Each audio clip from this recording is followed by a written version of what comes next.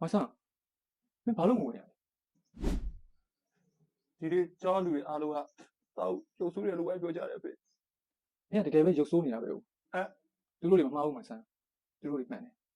အဲ့တော့မင်းကဘာလို့ငိုနေရလဲအဖေသူတို့မကြိုက်လို့မင်းကိုရုပ်ဆိုးတယ်လို့ပြောတယ်ဆိုတော့မင်းသဘောပေါက်ရလားတာသိတယ်ဒါပေမဲ့ရုပ်ဆိုးတယ်ဆိုတဲ့စကားကြီးက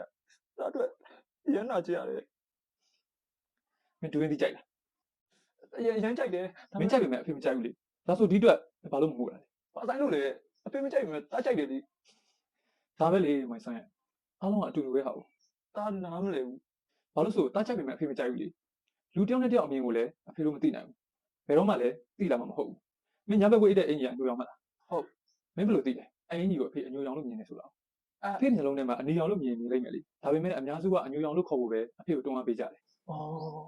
အခြားတယောက်ရဲ့နှလုံးကမင်းမြင်တယ်လို့သူတို့မမြင်နိုင်ဘူး my son ဘာလို့ဆိုမင်းရမ်းကြိုက်တဲ့ဒူးရင်းသီးကိုသူတို့မကြိုက်ကြလို့ပဲသူများကြိုက်တယ်ကိုအာရုံစိုက်နေမဲ့စားမင်းကြိုက်တဲ့အရာကိုမင်းအာရုံစိုက်တဲ့နယ်လို့မင်းမထင်ဘူးလား I got it thank you dad ဒါဆိုမင်းရဲ့အရန်ရုပ်ဆိုးတဲ့မျက်နှာယူသွားစိတ်လိုက်အောင် Okay dad I'm sorry don't say sorry again sorry